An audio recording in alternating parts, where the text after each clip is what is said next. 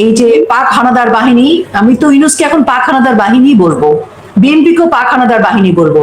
এরা পাকিস্তানের সেই বাহিনী, মিলিটারি সেই বাহিনী।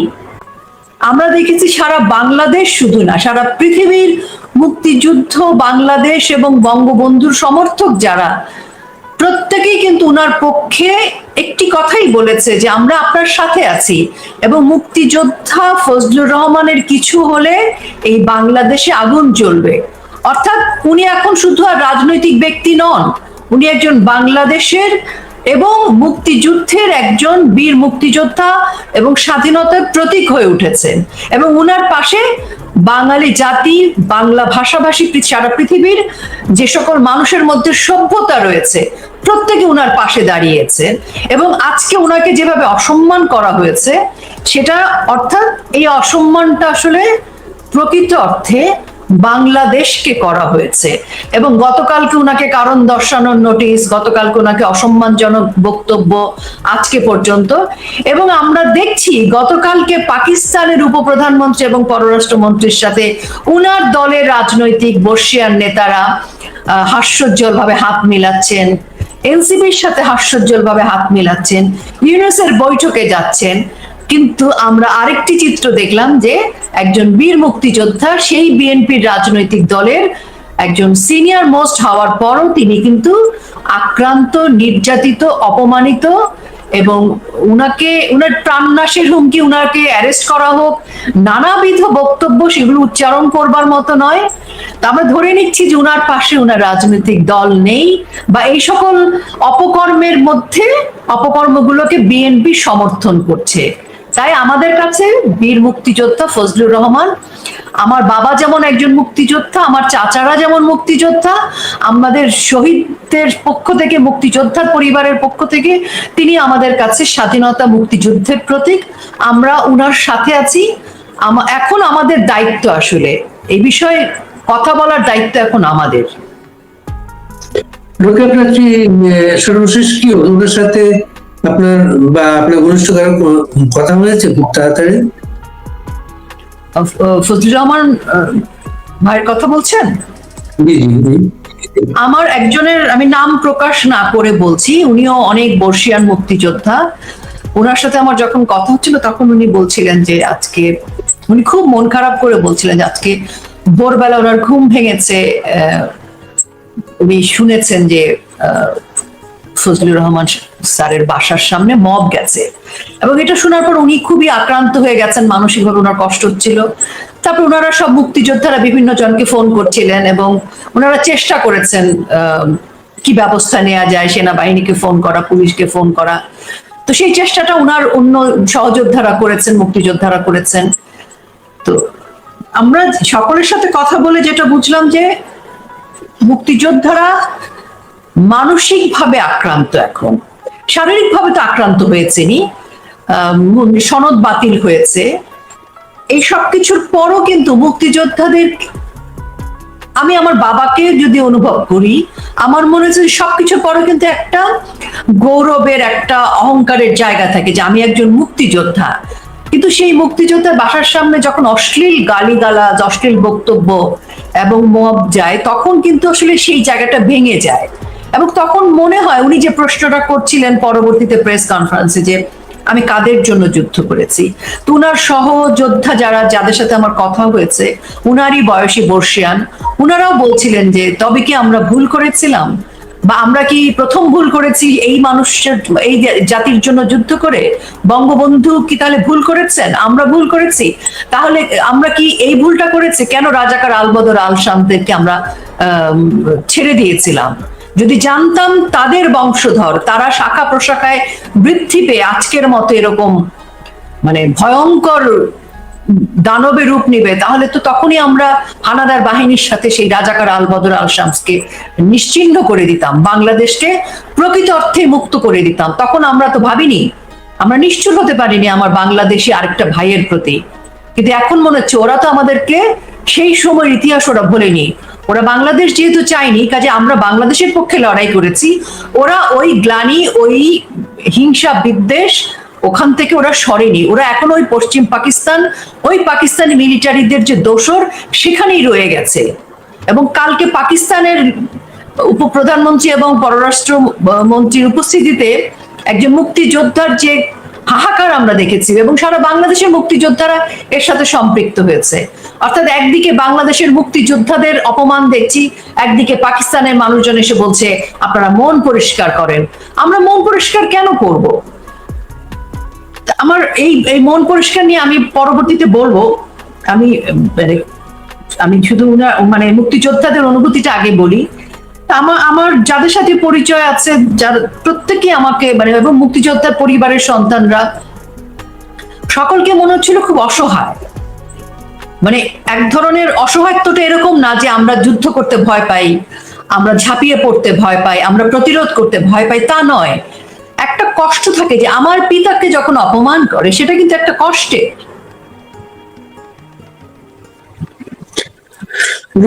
সামাজিক যোগাযোগ মাধ্যমে কিছু ভিডিও ক্লিপিং দেখছিলাম, ওই জায়গায় খুব অল্প কয়েকজন ছেলে মেয়ে বসা আছে, একটা মেয়ে যে ভাষায় কিছু স্লোগান উচ্চারণ করছে।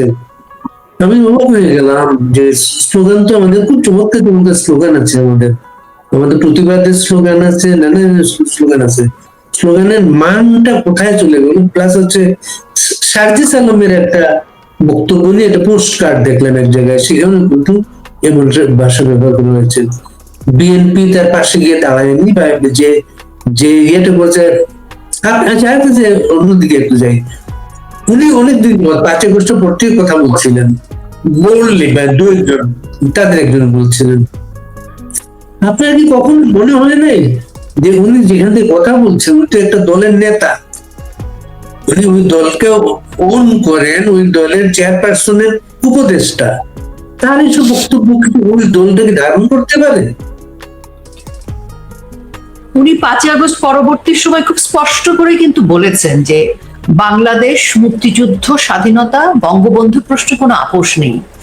এবং একজন প্রকৃত বাংলাদেশী বা দেশপ্রেমিক নাগরিকের এটাই বলার কথা।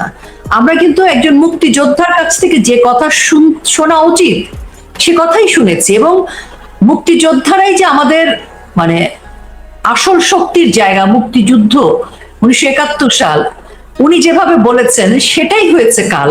এবং আমার তখনও কিন্তু মনে হয়েছে যে ওনার বিরুদ্ধে কোনো না কোনো ব্যবস্থা তারা নিতে পারে, কিন্তু উনি নিজেও সেটা জানতেন। মানে এই বাংলাদেশে 5 আগস্ট পরবর্তী সময় সকলে জেনে বুঝেই প্রতিবাদ করেছে। উনি একজন মুক্তিযোদ্ধা, রাজনীতিবিদ। উনি জানতেন যে উনার উপরে হামলা হবে, মামলা হবে, উনাকে হুমকি দেওয়া হবে, উনি সবই জানতেন নিশ্চয়ই, আমি বিশ্বাস করি। কিন্তু উনি তো যেহেতু এই 3টি প্রশ্ন কোনো আপোষ নেই, বঙ্গবন্ধু, বাংলাদেশ এবং মুক্তিযুদ্ধ, এবং উনি কোনো অন্যায়কেও প্রশ্রয় দেওয়ার কথা বলেন। উনি কিন্তু প্রত্যেকটা ইস্যুতে যেখানে অন্যায় হয়েছে উনি কথা বলেছেন। তো একজন মুক্তিযোদ্ধা সেটাই করবেন। হয়তো অন্য মুক্তিযোদ্ধারা বলতে পারছেন না, ওনাকে সমর্থন করছেন, কিন্তু এটাই তো বলার কথা একজন দেশপ্রেমিক নাগরিকের, একজন মুক্তিযোদ্ধা যিনি 1971 সালে 9.5 মাস বাংলাদেশের জন্য যুদ্ধ করেছেন। ওনার এই কথাটাই তো বলবার কথা। আমি 75 সাল পরবর্তী সময় আমার বাবার কাছ থেকে এই কথাটাই শুনেছি, এবং আজকে বাংলাদেশের সকল মুক্তিযোদ্ধা পরিবারকে যদি আপনি জিজ্ঞেস করেন, সবাই কিন্তু তাই বলবে যে এই প্রশ্নে আমরা বঙ্গবন্ধু, মুক্তিযুদ্ধ এবং বাংলাদেশের প্রশ্ন তো আপোষহীন, এখানে তো কোনো আপোষের সুযোগ নেই। এবং এটা নীরবে নিভৃতে মেনে নেওয়া অসম্ভব ব্যাপার একজন মুক্তিযোদ্ধা পরিবারের কিংবা একজন প্রকৃত অর্থে বাংলাদেশকে ভালোবাসে এমন নাগরিকের। উনি সাহস করে বলেছেন, জেনে বুঝেই বলেছেন, এবং উনি যে একজন প্রকৃত মুক্তিযোদ্ধা সেই প্রমাণটাই উনি রেখেছেন।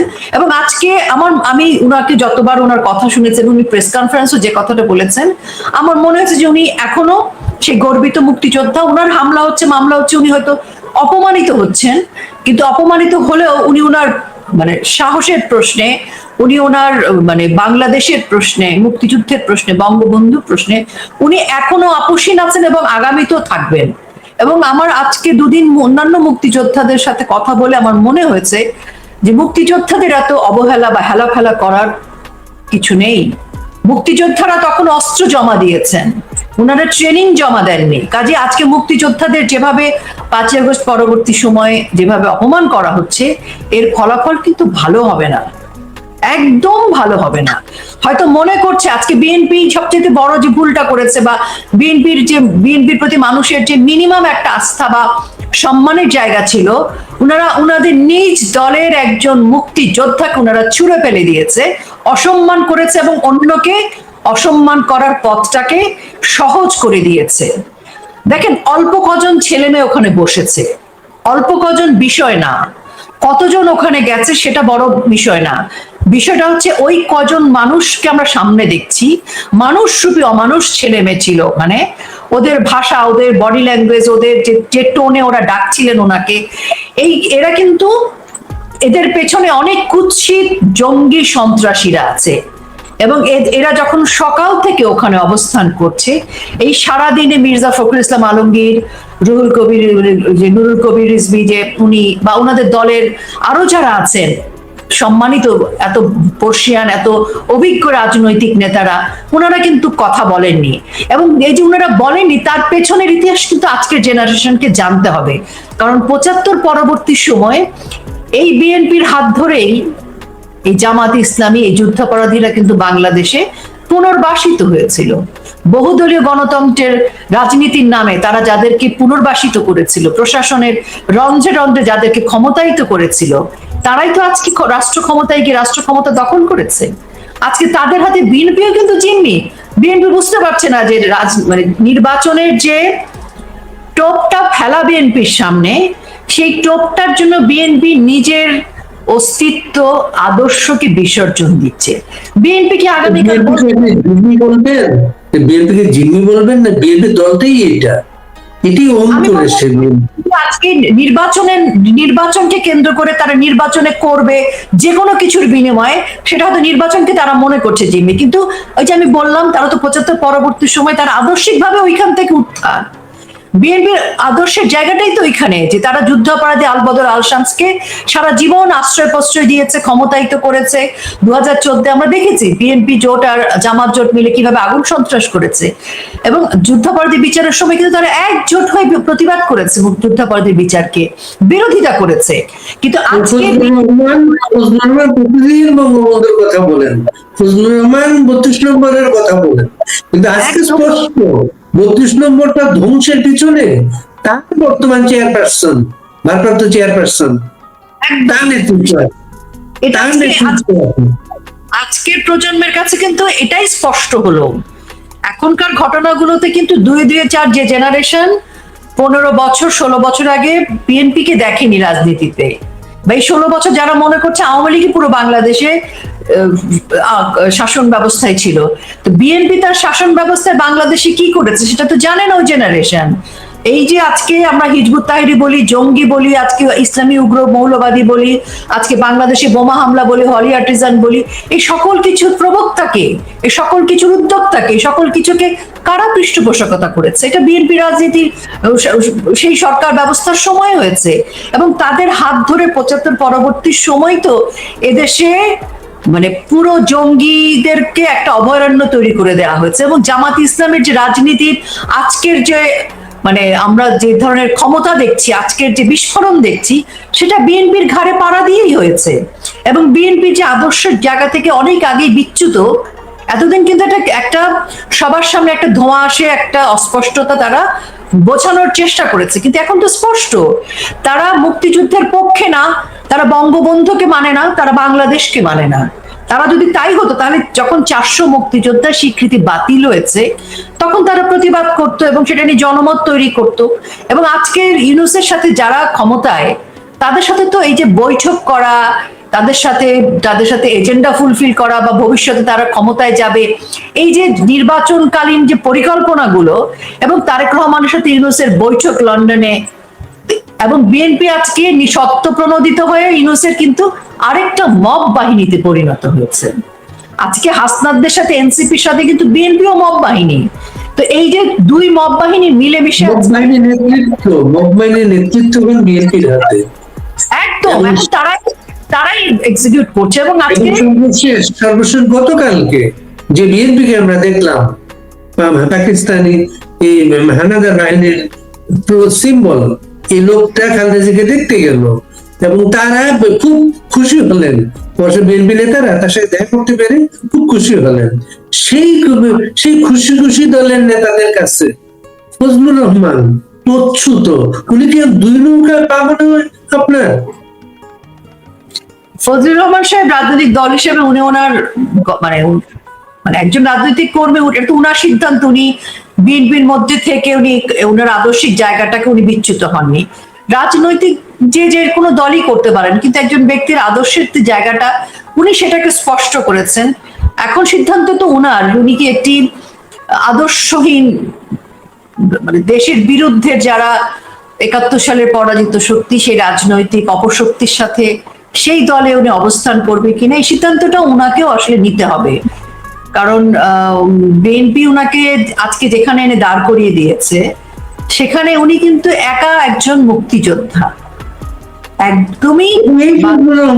এই ফজলুর রহমান 5 আগস্টের পরে কথা বলেছেন, যে এসব কথাবার্তা বলেছেন, সেখানে উনি বলেছেন বাংলাদেশের মুক্তিযুদ্ধ, আপনারা রাইট ও রং পছন্দ করেন না পছন্দ, মুক্তিযুদ্ধের মূলধারা হচ্ছে আওয়ামী লীগ।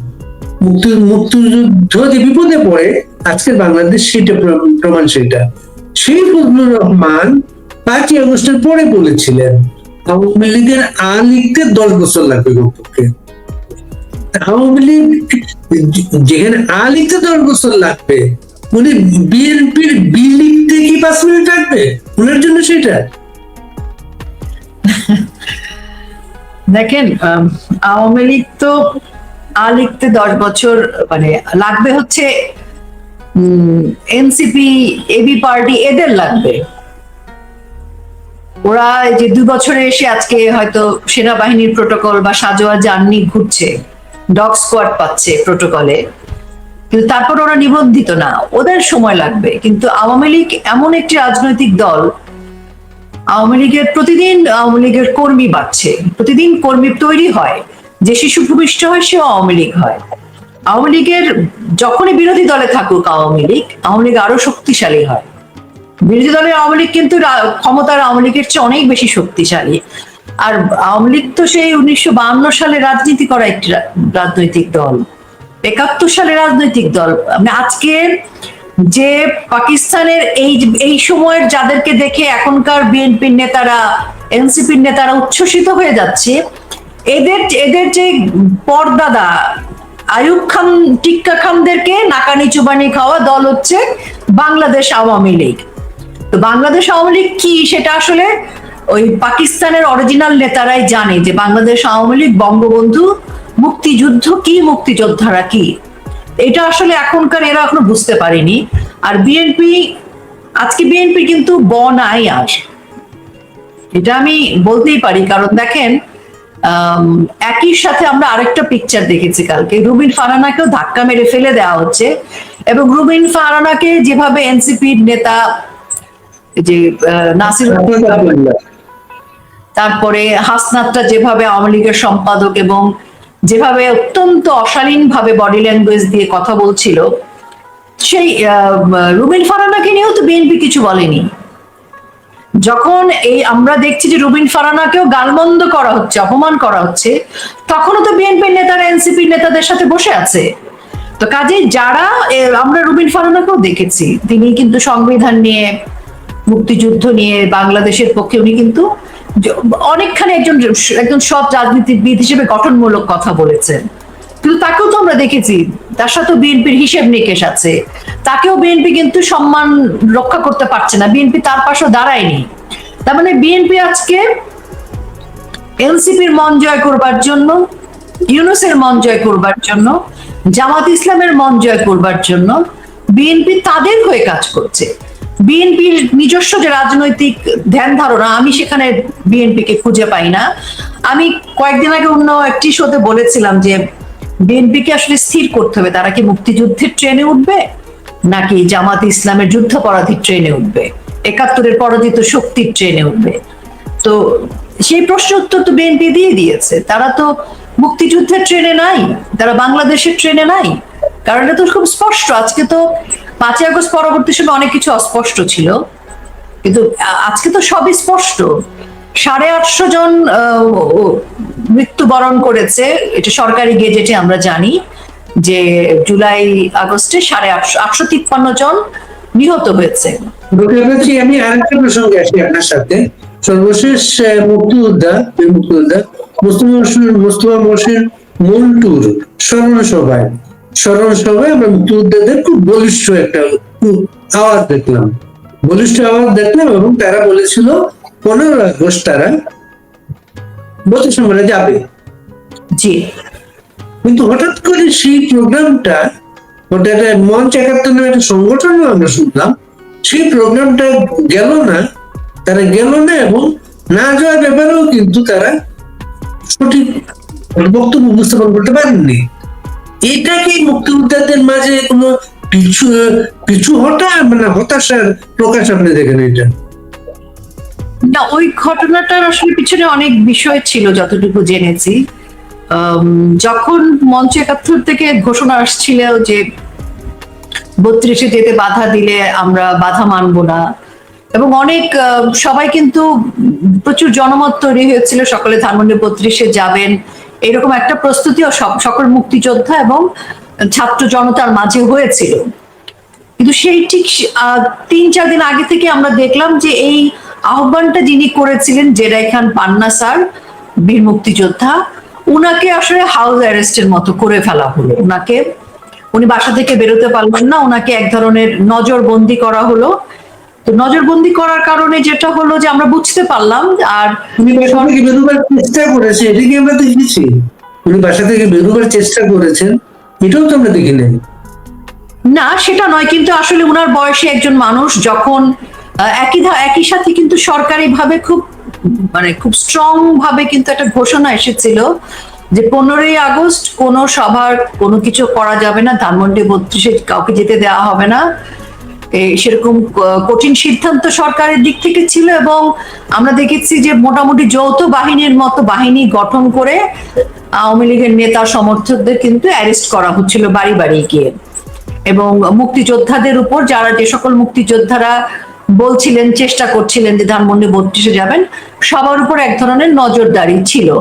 আর মুক্তিযোদ্ধা জেরাই খান পান্না স্যার যেহেতু বয়স্ক মানুষ, উনার উপরও এক ধরনের নজরদারি ছিল। আসলে পরবর্তীতে উনি আসলে বেরোতে পারেন, ওনার বাসার সামনে আমরা শুনেছিলাম যে বিভিন্ন আইন শৃঙ্খলা রক্ষাকারী বাহিনীর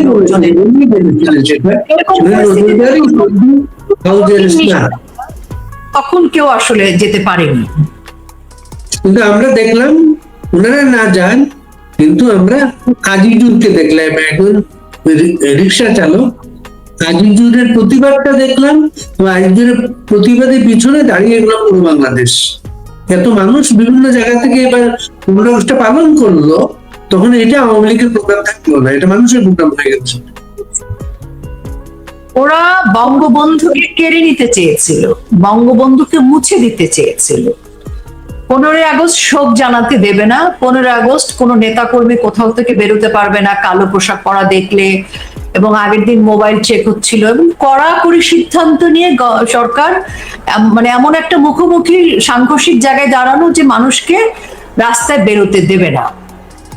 সারা পৃথিবীতে তখন সুনামি হয়ে গেল বঙ্গবন্ধুকে নিয়ে, প্রায় 27 কোটি বিনম্র শ্রদ্ধা, এবং 11 ঘন্টায় 23 লক্ষ পোস্ট বঙ্গবন্ধুকে নিয়ে।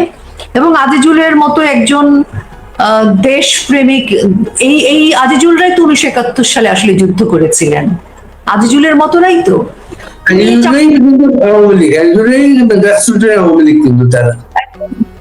তো ফুল নিয়ে গেছে তার বিরুদ্ধে যে অ্যাকশনে গেছে সরকার বাহিনী, মব বাহিনী, এবং সেখানে যা যা ঘটেছে সেগুলো তো আসলে কোনো সভ্য দেশে ঘটে না।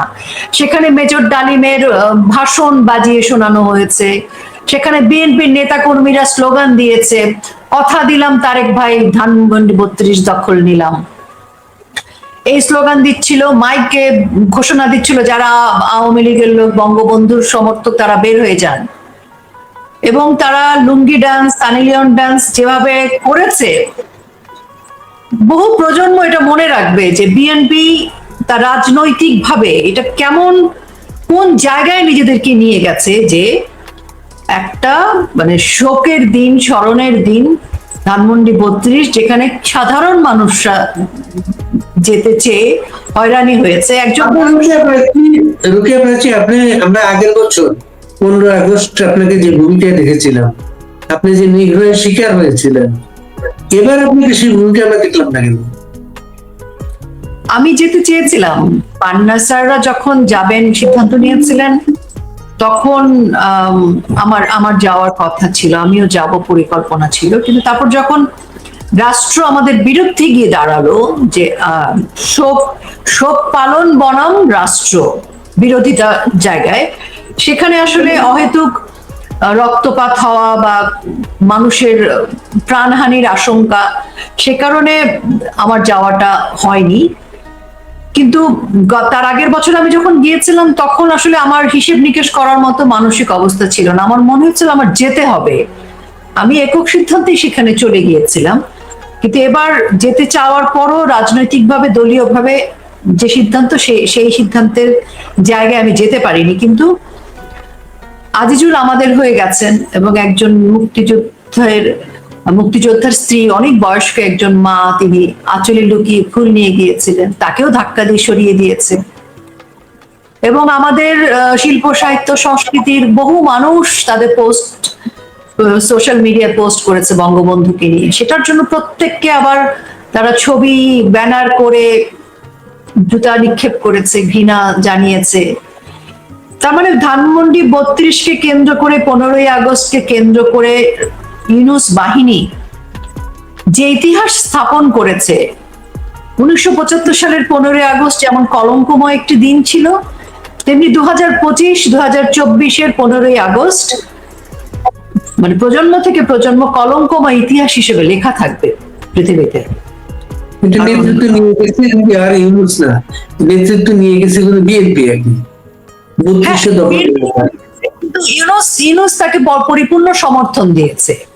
মানে আমরা আবার ফজলুর রহমান প্রসঙ্গে আসি। আপনি এখন মুক্তিযুদ্ধের সন্তান হিসাবে বিএনপি যে ভাষা থেকে শোকজ করেছে, যদি বিএনপির শোকজটাকে কবুল করেন, ফজলুর রহমান কি আর বীর মুক্তিযোদ্ধা থাকেন সবার কাছে? বা আপনি একজন মুক্তিযোদ্ধার সন্তান হিসাবে আপনার প্রত্যাশা কি এই মুহূর্তে তার কাছে? আমার প্রত্যাশা হচ্ছে উনি কেন বিএনপির কাছে কারণ দর্শাবেন? কারণ উনি বিএনপিকে জন্ম দিয়েছেন। উনি দেশ স্বাধীন না করলে তো বিএনপির জন্ম হতো না। আর যদি জিয়াউর রহমান সাহেবকে যদি বিএনপির লোকজন মুক্তিযোদ্ধা হিসেবে মানতেই চায়, তাহলে তো ফজলুর রহমানকে অপমান করতে পারে না। তার সমগ্র বিএনপি মিলে যদি এখন ফজলুর রহমান সাহেবের কাছে মুক্তিযোদ্ধা হিসেবে যদি মাফ চায়, তাহলে উনি মাফ পেতে পারে তারা। কিন্তু একজন মুক্তিযোদ্ধাকে তারা যে ভাষায় এনসিপির সাথে যোগ সাজস করে যেভাবে অপমান করছে, একজন মুক্তিযোদ্ধা কেন কৈফিয়ত দেবে? মুক্তিযোদ্ধা হিসেবে তো কৈফিয়ত দেওয়ার কথা না ওনার। একজন মুক্তিযোদ্ধার সন্তান হিসাবে মনে করে উনি যদি কৈফিয়ত দিতে যান, উনি যদি এটাকে গ্রহণ করেন, সেটা সকল মুক্তিযোদ্ধার জন্য অসম্মান হবে। কারণ উনার হাত ধরে তো বিএনপি, উনার হাত ধরে বিএনপি বলছি আমি, কারণ দেশ স্বাধীন না হলে বিএনপি কোত্থেকে আসতো? আজকে বিএনপি রাজনীতি মুক্তিযোদ্ধাকে কারণ দর্শাচ্ছে কুরুচিপূর্ণ শব্দ দিয়ে। আজকে যে ভাষায় উনাকে কারণ দর্শাতে বলা হয়েছে, এটা একটা মুক্তিযুদ্ধকে বলা ভাষা নয়। তার মানে এটা হচ্ছে মুক্তিযোদ্ধার উপরে আক্রোশ, মুক্তিযুদ্ধের উপর আক্রোশ। এই আক্রোশটা মানে রাজনৈতিক ব্যক্তি, বিএনপির একজন রাজনৈতিক নেতার বিরুদ্ধে নয়, একজন মুক্তিযোদ্ধা, এবং যিনি বঙ্গবন্ধুকে সমর্থন করছেন, মুক্তিযুদ্ধকে সমর্থন করছেন, বাংলাদেশের পক্ষে দাঁড়িয়েছেন। এ কারণে কিন্তু আজকে ওনাকে কারণ দর্শানোর নোটিশটা পেতে হয়েছে। এবং উনি সর্বশেষ উনি যে কথাগুলো বলেছেন, যে উনি হচ্ছে বাংলাদেশের সবচেয়ে প্রবীণ রাজনীতিবিদের মধ্যে একজন। ওনার সমসাময়িক রাজনীতিবিদ আছেন আমির হোসেন আমু আর রাশেদ খান মেনন, সেই এমন একজন ব্যক্তিত্ব, বীর মুক্তিযোদ্ধা, তিনি একটা স্ট্যান্ড নেবেন এই সময়, আমরা সেটা আশা করি। রোকে পাচ্ছি আমরা শেষ করব। শেষ করার আগে একটা, কালকে পাকিস্তানি মন্ত্রী যখন বললেন মন পরিষ্কার করে, মন করে যাবে গণহত্যাকারী, যার হাতে আমাদের পূর্বপুরুষের রক্তের দাগ, সে আমাদেরকে মন পরিষ্কার করতে বলছে। তার প্রতিবাদে আওয়ামী লীগের যে বিশাল মিছিল দেখলাম ঢাকা শহরে, এই জিনিসটার কারণটা কিভাবে? প্রথমত যে পাকিস্তানের একটা লোক এসে জাতীয় পতাকার সামনে দাঁড়ানো, এটাই আমাদেরকে খুব আঘাত করছিল। তারপর যখন উনি খুব অধ্যতের সাথে বলছিলেন যে মন পরিষ্কার করার কথা, এবং উনি যে অ্যাঙ্গেল থেকে এটাকে ব্যাখ্যা করছিলেন সেটাও খুব অশালীন মনে হয়েছে। 1971 সালের 25শে মার্চ রাতে কি ওনাদের মন পরিষ্কার ছিল? যখন 3 লাখ মা বোনের উপর ধর্ষণ হয়েছে তখন মন পরিষ্কার ছিল? 30 লাখ শহীদের উপরে যখন শহীদের রক্তের উপর দিয়ে তার পাক হানাদার বাহিনীর মন পরিষ্কার ছিল? তাদের যে ষড়যন্ত্র, যে চক্রান্ত এখনো বলবৎ আছে, তাদের কি মন পরিষ্কার আছে? ঠিক ওরা ওরা কোন কোন মানে বন্ধুত্বের কথা, কোন ভ্রাতৃত্বের কথা, কোন মানে স্বজন প্রিয়জন পাকিস্তান বা পূর্ব পাকিস্তান পশ্চিম পাকিস্তানের আত্মীয়তার কথা বলতে চান? কোনো কিছুই তো এখানে আসে না, কোনো যুক্তি আসে না, কোনো ধর্মেও আসে না। ধর্ম কি তাদেরকে বলেছে মুসলমানকে ধর্ষণ করে ফেলতে হবে, হত্যা করতে হবে, দেশ দখল করতে হবে রাতের আধারে? না। আজকে পাকিস্তান তার স্বার্থের জন্য, পাকিস্তানকে আজকে যারা এনেছে এটা হচ্ছে চক্রান্ত। 5ই আগস্ট কেন হয়েছে? এই পাকিস্তানিদের জন্যই। আজকে ইউনূস কি বাংলাদেশকে ধারণ করে? আজকে বিএনপির নেতারা সেখানে হাস্যোজ্জ্বল, এবং বেগম খালেদা জিয়ার সাথে যে দেখা করতে গেলেন, মানে এই বিষয়গুলো অত্যন্ত মানে তাদের কাছে কোনো ব্যাপার না, তাদের হৃদয়ে কোনো রক্তক্ষরণ নেই। কিন্তু বলেছেন বাংলাদেশের লোকজন নাকি পাকিস্তানের গান শুনে খুব বেশি আলোড়িত হয়, পছন্দ করে। সেই সংস্কৃতির উপর দাঁড়িয়ে বাংলাদেশ পাকিস্তানের সম্পর্ক গড়ে উঠতে পারে, নানা কিছু হতে পারে। এখনো যে বললাম যে তাদের মিথ্যাচার, তাদের কুরুচিপূর্ণ আচরণ এবং বাংলাদেশের বিরুদ্ধে তাদের অবস্থান, এটা এত স্পষ্ট, এখন আর বর্ণনারও কিছু নেই। এখন প্রতিটা মানুষ বুঝতে পারে যে তারা আসলে এই বাংলাদেশ, যে বাংলাদেশ 1971 সালে আমরা পেয়েছি, সে বাংলাদেশের কেউ না। এই আজকে যারা ক্ষমতায় আছে তাদের আশেপাশে লালবদর, আলবদর, আলশামস, রাজাকার, যুদ্ধাপরাধী, এরা কেউ তো বাংলাদেশের পক্ষের না।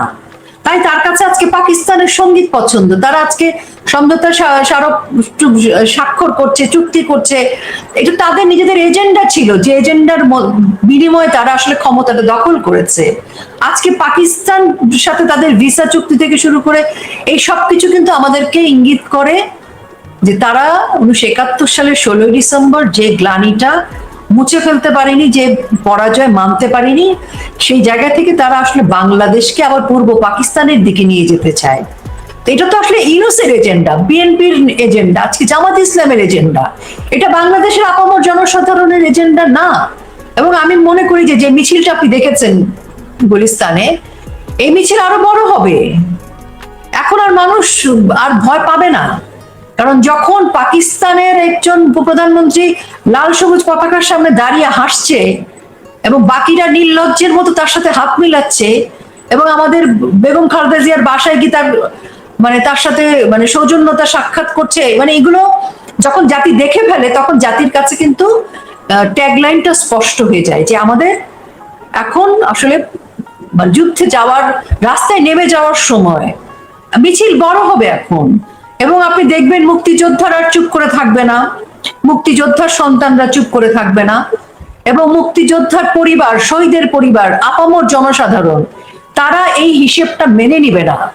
কারণ মানুষের উপর দাঁড়িয়ে, মানুষের জীবনের উপর দাঁড়িয়ে একটা সুন্দর বাংলাদেশকে ধ্বংস করে আপনি পাকিস্তানের সাথে হাত মিলাবেন, এটা আমার মনে হয় না আমাদের দেশের বাঙালি কোনোদিন মেনে নিবে। এবং হয়তো চুপ করে আছে, আজকে থমথমে আছে। কিন্তু ওই যে মেয়েটা, যে ছেলেটা ওখানে বসে বসে খারাপ খারাপ ভাষায় ফজলুর রহমান, উনি আমাদের বীর মুক্তিযোদ্ধা একজন, তার সম্পর্কে লিখছিল, তো এই যে কয়েকজন, এরা কিন্তু হারিয়ে যাবে, এরা থাকবে না। ওই পাকিস্তান হানাদার বাহিনীর কি আছে ইতিহাসে? তাদের নাম আছে? যে সকল মেজর, যে সকল লেফটেন্যান্ট কর্নেল ওই মানে আমাদের মুক্তিযোদ্ধাদের হত্যা করেছে, বাড়ি বাড়ি গিয়ে আমাদের বুদ্ধিজীবীদের হত্যা করেছে, আমাদের মা বোনদের সম্ভ্রম নিয়েছে, এদের কারো নাম কিন্তু নেই। ওই হানাদার বাহিনীর মতো কিন্তু এই বাহিনীও হারিয়ে যাবে। আজকে ইউনূসও কিন্তু হানাদার বাহিনী, বিএনপিও হানাদার বাহিনীতে পরিণত হয়েছে। বিএনপিকে আমি আর আজকে মনে করি না মুক্তিযুদ্ধের দল, এবং এটা আমার ভাষ্য না, এটা আমাদের সকলের ভাষ্য। আমরা সবাই মুক্তিযোদ্ধাদের সাথে আছি। বীর মুক্তিযোদ্ধা ফজলুর রহমান, উনি আমাদের বর্ষিয়ান একজন নেতা। উনি তো 5 আগস্ট থেকে কথা বলে এসেছেন উনারা বলছেন, বঙ্গবন্ধু বলেছেন, বঙ্গবন্ধু পুরো পরিবার সহ রক্ত দিয়েছেন। তো সব রক্ত, সব ত্যাগ তিতিক্ষা বঙ্গবন্ধু থেকে শুরু করে শুধু মুক্তিযোদ্ধারাই দেবে? আমরা কি করব? আমাদের কিছু করার নেই? আমাদের এই বাঙালি জাতির কি কিছুই করার নেই? এখন বাঙালি জাতির এই ঋণ পরিশোধ করতে হবে। আর বাঙালি জাতি যদি ঋণ পরিশোধ করতে না পারে, এই বাংলাদেশ যেখানে পৌঁছে যাবে, 50 বছর 100 বছর পর আরেকজন বঙ্গবন্ধু জন্ম নিবে না এই বাংলাদেশকে গহ্বর থেকে তুলে আনবার জন্য। বঙ্গবন্ধু কন্যা শেখ হাসিনা অনেক চেষ্টা করেছেন, কিন্তু যদি আজকে জনগণ না জাগে, আজকে মুক্তিযুদ্ধের পরিবারগুলো যদি না জাগে, আজকে মুক্তিযুদ্ধের পরিবার সন্তানদেরকে দায়িত্ব নিতে হবে। সন্তানরা ঘরে বসে থাকলে হবে না, সন্তানদেরকে দায়িত্ব নিতে হবে যে তাদের পিতা আক্রান্ত। আজকে মুক্তিযোদ্ধা আক্রান্ত মানে আমাদের পিতা আক্রান্ত। কাজে আমাদের দায়িত্ব নিতে হবে। মুক্তিযোদ্ধা সন্তান হিসেবে আমি মনে করি আমার অনেক গ্লানি হয়েছে। আমার মনে হয়েছে যে আমি যতই বাংলাদেশ আওয়ামী লীগ করি, তারপর তো আমার তো প্রথম পরিচয় আমি একজন মুক্তিযোদ্ধার সন্তান। কাজে আমাদের মতো যারা সন্তানরা আছেন, আমার মনে হয় সকলকে দায়িত্ব নিতে হবে। আমরা, আমাদের মুক্তিযোদ্ধা কতজন আর বেঁচে আছেন? খুব বেশি বেঁচে নেই, কিন্তু আমরা 20 কোটি জনগণের মধ্যে যদি 5 কোটি জনগণও ভাবে যে এই মুক্তিযোদ্ধাদের দায়িত্ব আমাদের নিতে হবে, তাদের বদলে আমাদেরকে রাস্তায় নামতে হবে। এক একজন মুক্তিযোদ্ধার পিছনে 10 জন মানুষ দাঁড়াবে, তাহলেই